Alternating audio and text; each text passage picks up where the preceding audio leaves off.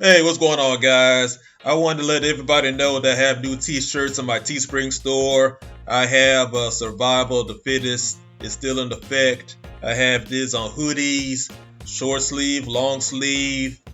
I have these on the face mask. I have this on face mask. I have the coffee mugs. Survival of the Fittest is still in effect. I have these on jogging pants, women's leggings, and t-shirts. And if you're interested, just go on my Teespring store. I'll leave the link below. And I have a lot of other shirts that you can buy, like Choose to Be Powerful, You're in Control of Your Own Destiny, Live Your Life and Leave Other People Alone. I have a lot of shirts. You deserve what you tolerate. Nobody cares about your dysfunction. Just everybody know that nobody really cares about your problems. So, so I just had to make that into a design. And if you're interested, just check out my Teespring store. Yeah, have women's tees, stickers. So like I said, just check it out when you get a chance. And that's all I got to say. And also, I really like this shirt. I have these women's tees as well. Cash solves most of my problems. So just come and check it out if you're interested in the t-shirt. If you want to like cool design, whatever. Just link is in the description below. And peace.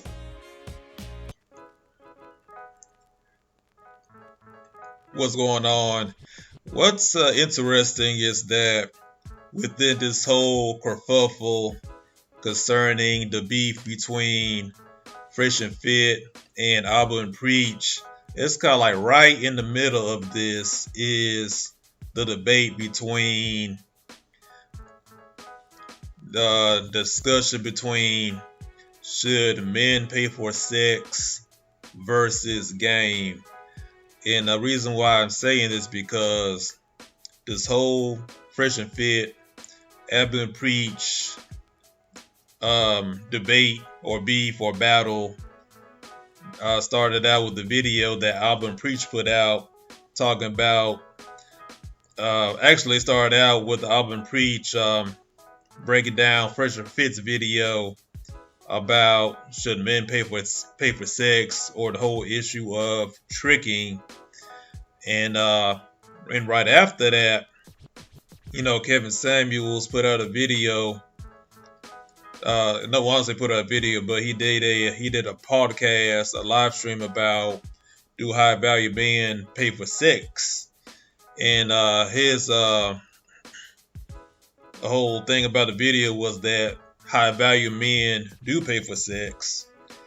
Then right after that, Mr. Locario put out a video debunking that, and his argument was that it's very inconvenient for men to pay for sex. It's better to have game because, of course, male game is that men try to get sex without paying a dime, while female game is trying to seduce men by having men spend money on them without giving sex freely.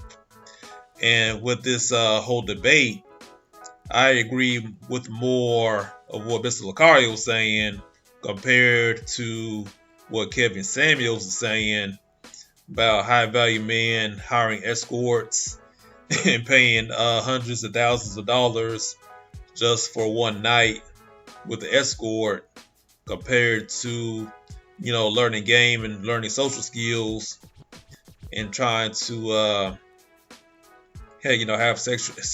have consensual sexual relations with the woman without paying all that money.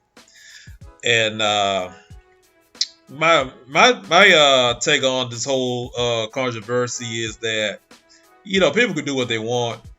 I'm not against the legalization of prostitution. If a woman decides to sell her body without force, or if she chooses to do so, she has that right. And men, if they have the money, they have the right, pay for her services, you know.